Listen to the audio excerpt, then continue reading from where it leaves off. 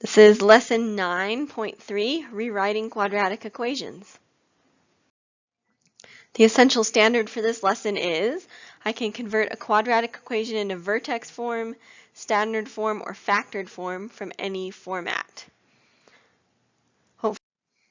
So let's begin with a warm-up to review what we did last time.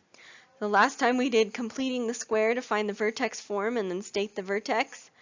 So if you remember what we did, first we had to isolate the first two terms, leave a space, right? And then the middle term gets divided in half and then squared and added back on. So square the top, square the bottom, and of course you also have to subtract that same amount from the equation. So basically where you just added 0, and then these three become that perfect square part. And now we need to combine these two. So I'll use a calculator to find out what negative 12 minus 81/4 is. And remember that you can do this in decimals as well. That's fine. So if I put in my calculator, negative 12 minus 81/4, let's see what we get. Okay, so I get negative 129/4. All right. Don't forget your y equals, it's still an equation after all. And then what is the vertex? So this is now in vertex form. So remember, the number in here with the x is the x coordinate, except it changes sign. And then the y coordinate stays the same. So now we have our vertex form and our vertex. So let's try it one more time. So in this problem, there's a 2 out front. So we need to pull that out of the first two terms, leave your space right before proceeding. And now we can divide that in half. Let's do this one in decimals. So if we do 1.5 squared, that's 2.25. But remember that we didn't just add 2.25 here, right? So we actually added 2 times 2.25. Okay, so I have to do 2 times 2.25, and that is 4.5, and that is actually what I'm going to subtract off of here. Okay, so now we can combine these two. Whoops, sorry about that. We can combine these two. 1 minus 4.5, and that makes a negative 3.5. So let's make a negative there, sorry. So negative 3.5. And there's our equation. And then the vertex, of course, so x coordinate changes sign and y coordinate stays the same. Okay. So now, hopefully you have printed out your in-class assignment. If you haven't, you better grab that, print it out, or you can write it out on notebook paper as we work. Make sure you email it in to me.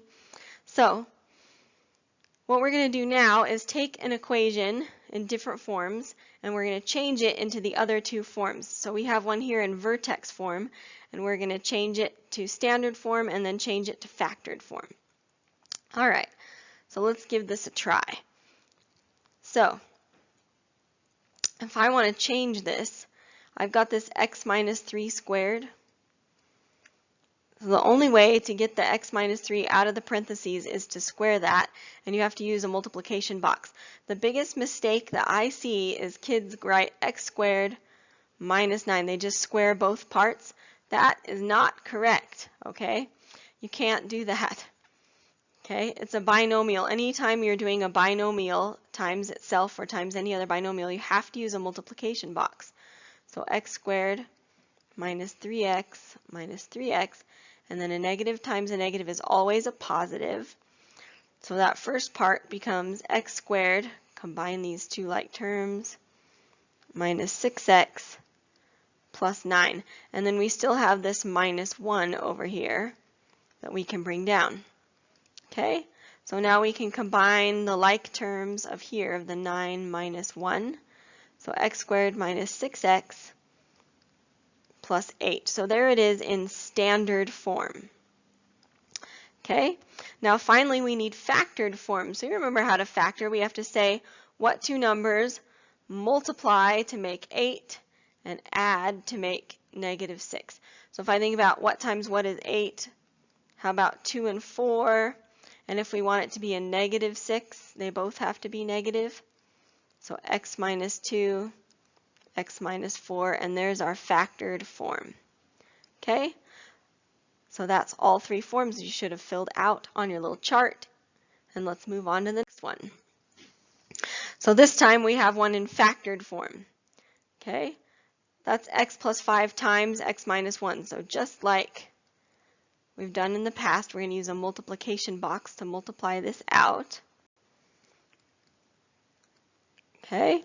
And then we can combine like terms. So x squared, that's 5x, and a negative x will make plus 4x. And there is our standard form equation. So now let's try getting the vertex form equation. So to do the vertex form, we're going to have to complete the square as we've been practicing. So write the first two terms, leave a space, right? So divide that middle term in half, and then if we square the 2, 2 squared is 4, so we're going to add and subtract 4. So these three terms become that, and then -5 minus 4 is -9, and there is our vertex form, right? Divide the middle term in half, square it, and then add and subtract it. So really we're just adding 0 to the equation. We're not changing it at all. We're just rewriting it in a new form. All right, so now we're starting with one in standard form. So how about we factor first? You can do this in any order. You could factor first, or you could complete the square first. You know, it doesn't really matter. So if we factor first, we need two numbers that will multiply to 12 and add to -8. So let's see. What do we got? So 2 times 6, and if they're both negative, that makes a -8. So x minus 2, x minus 6 is our factored form. All right, so now let's complete the square. So get the first two terms by themselves. Let's divide that in half. Remember that if there's a minus here, there's also going to be a minus here. Divide the 8 in half. And then square it. 4 squared is 16, and it's always positive. This is a -4, but when we square it, a square is always positive. And then subtract the 16 over here. So these three terms become this. If you were to factor this, this is the factorization. And then positive 12 minus 16 is -4. So now we have our vertex form. Okay, what about starting from vertex form? Again, oh, and I made a little there. That should have a squared on it. Sorry. Hopefully it does on your paper. If it doesn't, fix that. All right, so vertex form. We first have to multiply out that square. Remember, just like the first problem, you can't just say x squared plus 16. That's not correct, right? So it's x squared plus 8x plus 16, and then we have to bring down this -25, right? And then how much is -16, or positive 16, sorry, minus 25? So 16 minus 25 is -9. And there is our standard form. So now let's factor what would multiply to -9 and add to +8. So how about 1 and 9? We need a +8, so the 1 has to be negative. So x minus 1, x plus 9. Okay. Very nice. All right, last problem. What if we have it in factored form again? One more of these. So we're going to multiply it out, right? So x squared minus 3x minus 5x, a negative times a negative is a positive. So that makes x squared minus 8x plus 15, and there's our standard form equation. Now let's factor it. So what would multiply to 15 and add to -8? So multiply to 15. How about 3 times 5? 3 plus 5 is 8, but we need a negative 8, so they both have to be negative. X minus 3, x minus 5. All right. So now you can try this on your own. On the homework, you have another sheet that's just like this. Use these notes to help you remember what to do, and don't forget to take a picture of it and turn it in to me. And again, I will be online on any A day from 10 to 11, and then again from 1 to 2. If you have questions, just click the link that I send you in the email to join me online, or you can also send questions through the Remind app. You can also text me the pictures of your homeworks through the Remind app as well. That works. So, all right, have a good day, everyone.